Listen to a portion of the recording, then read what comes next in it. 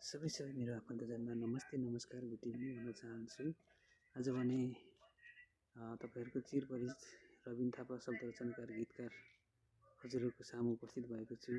आजको विषय भनेको नव वर्ष 2083 सालको पावनी अवसरमा यहाँ हजुरहरूको दीर्घायु उत्तरोत्तर सुस्वास्थ्य लाभको कामना।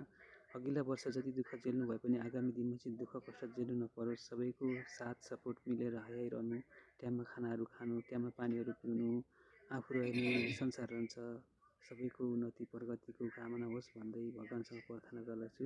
त्यसै गरी स्वदेशमा तथा विदेशमा कहाँ हुनुहुन्छ, कता हुनुहुन्छ, यो भिडियोलाई कहाँबाट हेर्दै हुनुहुन्छ, लाइक कमेन्ट सेयर गरिदिनु होला, माया गरिदिनु होला।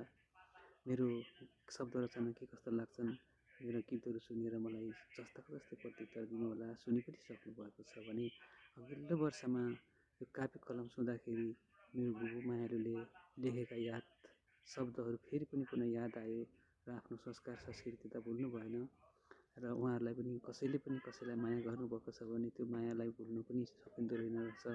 पाऊँ या नपाऊँ, पाउनु ठुलो कुरो होइन, गुमाउनु ठुलो कुरो हो। त्यसो गरेर पाएको कुरा गुमाउनु हराउनुको पीडा छुट्टै हुँदो रहेछ। त्यसैले उहाँले लेख्नुहुन्थ्यो, ए बिराउँदै लाँदा खेतै भयो, संजोगले हाम्रो भेटै भयो, काफलै पाक्यो बनैभरि, सम्झना ठुल्यो मनैभरि,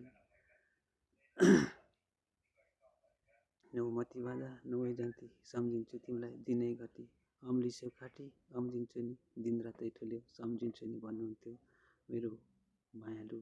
आज कहाँ हुनुहुन्छ, कता हुनुहुन्छ, आफ्नो ख्याल गर्नु। सायद यो फुल जस्तै फुलिरहनु भएको होला। जो कसैको पनि मायालुहरू नपाउने कुराको धेरै याद सम्झना हुँदो रहेछ। त्यसैले गर्दा तपाईँको प्रत्युत्तर मलाई पनि याद छ। चोरमादल बज्यो कुन ताल पर्यो, छुट्यो नि माया कुन जाल पर्यो, औषधि दबाई उखालेर सम्झिन्छु म त सुसालेर, अमिलो खानु कागती मै बज्या मरा अगाती, चोरघन्टी बज्यो मन्दिरैमा रहेनछौ तिमी तकदिरैमा, के गर्ने तकदिरमा नभएको कुरा पाउनु नसकिँदो रहेछ। तर पाउनु नै ठुलो कुरा होइन, पाएर गुमाउनुको याद पनि छुट्टै, याद सम्झना नै ठुलो कुरा रहेछ। त्यसैले फुल जस्तै फुलिरहनु होला।